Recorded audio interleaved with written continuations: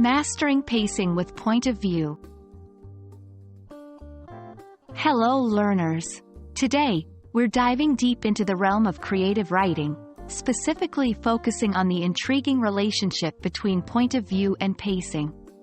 Have you ever wondered how the perspective of a story can affect how fast or slow it feels? Well, buckle up, we're about to find out. Point of view, in simple terms, is the lens or perspective from which a story is told. It can be first person, I walked down the street. Second person, you walked down the street. Third person, he, she, they walked down the street. Each POV provides a unique way to experience the story.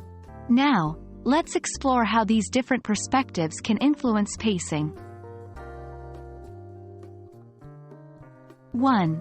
First person. This is a very intimate point of view, allowing readers to get inside a character's head. The pacing here can be directly tied to the character's internal thoughts, emotions, and reactions. If the character's thoughts race, so does the pacing. This POV is excellent for building suspense or showing intense emotion. 2. Second person. A rarer perspective in storytelling. This POV involves the reader directly.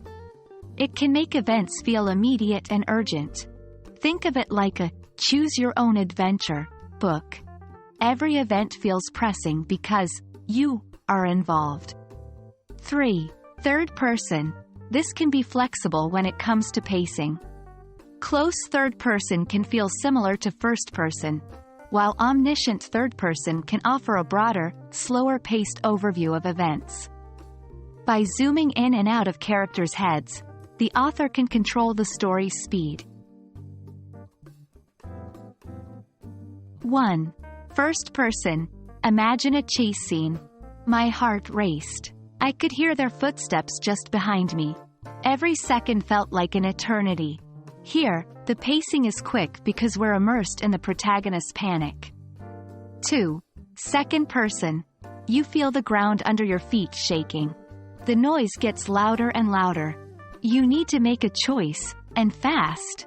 This POV makes the situation pressing and personal. 3. Third person.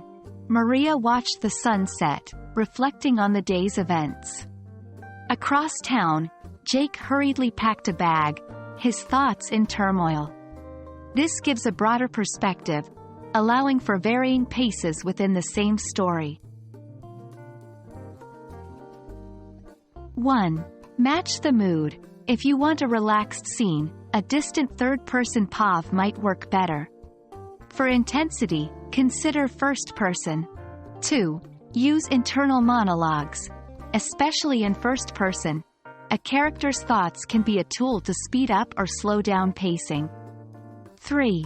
Vary sentence length. Short, choppy sentences can create urgency, while longer ones can slow things down, regardless of POV. Point of view isn't just about perspective. It's a powerful tool to influence how fast or slow a story unfolds.